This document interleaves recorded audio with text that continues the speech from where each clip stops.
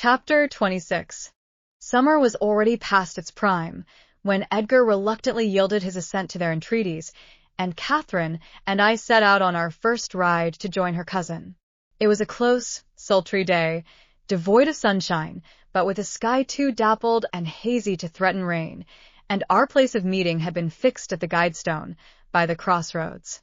On arriving there, however, a little herd boy, dispatched as a messenger, told us that Maester Linton we are just this side Heights, and he'd be much obliged to us to gang on a bit further. Then Master Linton has forgot the first injunction of his uncle, I observed. He bid us keep on the Grange land, and here we are off at once.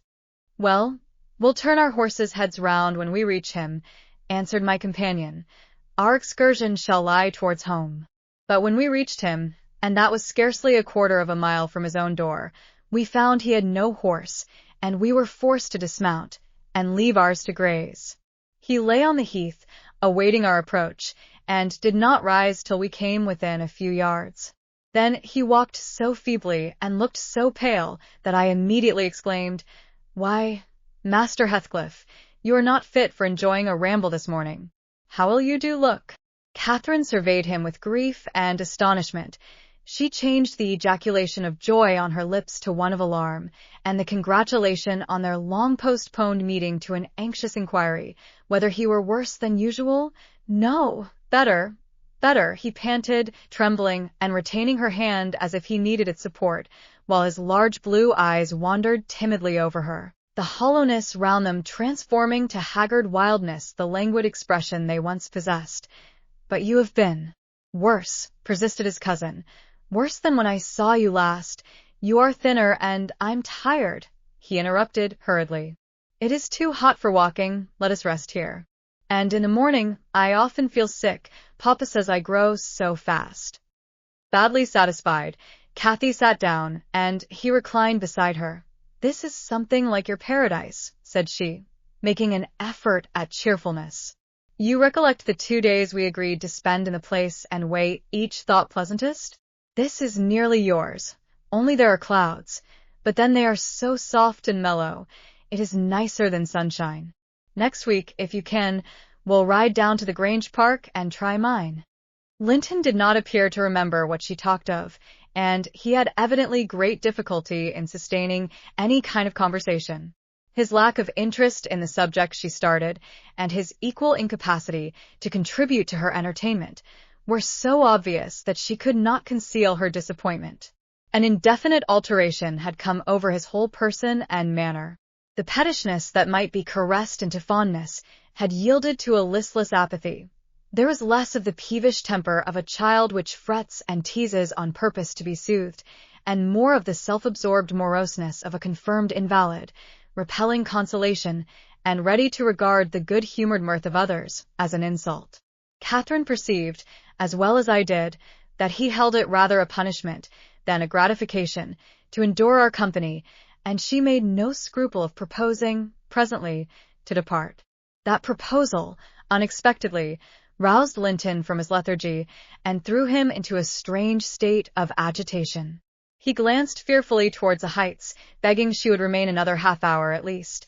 "But I think," said Cathy, "you'd be more comfortable at home than sitting here, and I cannot amuse you today, I see, by my tales and songs and chatter. You have grown wiser than I, in these 6 months. You have little taste for my diversions now. Or else, if I could amuse you, I'd willingly stay." "Stay to rest yourself," he replied. "And, Catherine, don't think or say that I'm very unwell. It is the heavy weather and heat that make me dull, and I walked about, before you came, a great deal for me. Tell uncle I'm in tolerable health, will you?" "I'll tell him that you say so, Linton." "I couldn't affirm that you are," observed my young lady, wondering at his pertinacious assertion of what was evidently an untruth. "And be here again next Thursday," continued he, shunning her puzzled gaze. "And give him my thanks for permitting you to come. My best thanks, Catherine. And, if you did meet my father and he asked you about me, don't lead him to suppose that I've been extremely silent and stupid. Don't look sad and downcast. As you are doing, he'll be angry." "I care nothing for his anger," exclaimed Cathy, imagining she would be its object. "But I do," said her cousin, shuddering. Don't provoke him against me, Catherine, for he is very hard. Is he severe to you, Master Heathcliff? I inquired. Has he grown weary of indulgence and passed from passive to active hatred? Linton looked at me, but did not answer, and, after keeping her seat by his side another 10 minutes, during which his head fell drowsily on his breast, and he uttered nothing except suppressed moans of exhaustion or pain, Cathy began to seek solace in looking for bilberries and sharing the produce of her researches with me. She did not offer them to him, for she saw further notice would only weary and annoy. Is it half an hour now, Ellen? She whispered in my ear at last. I can't tell why we should stay. He's asleep, and Papa will be wanting us back. Well, we must not leave him asleep, I answered. Wait till he wakes, and be patient. You are mighty eager to set off, but your longing to see poor Linton has soon evaporated. Why did he wish to see me? Returned Catherine. In his crossest humors, formerly, I liked him better than I do in his present curious mood. It's just as if it were a task he was compelled to perform, this interview, for fear his father should scold him. But I'm hardly going to come to give Mr. Heathcliff pleasure, whatever reason he may have for ordering Linton to undergo this penance. And, though I'm glad he's better in health, I'm sorry he's so much less pleasant and so much less affectionate to me. You think he is better in health, then? I said.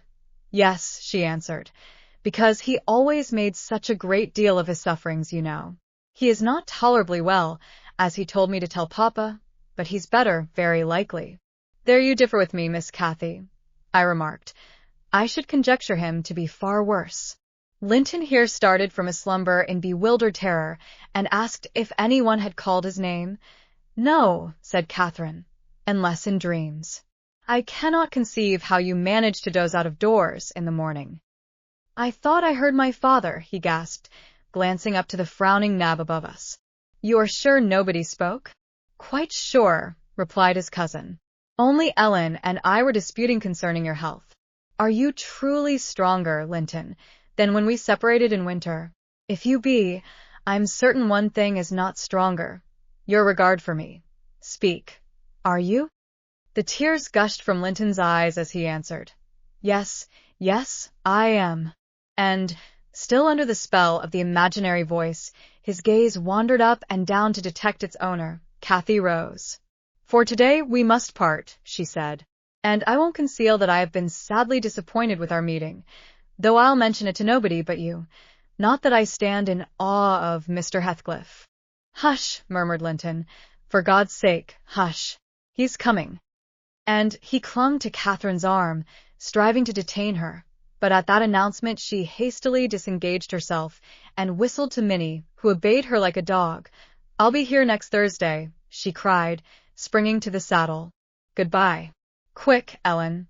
And so we left him, scarcely conscious of our departure, so absorbed was he in anticipating his father's approach. Before we reached home, Catherine's displeasure softened into a perplexed sensation of pity and regret, largely blended with vague, uneasy doubts about Linton's actual circumstances, physical and social, in which I partook, though I counseled her not to say much, for a second journey would make us better judges.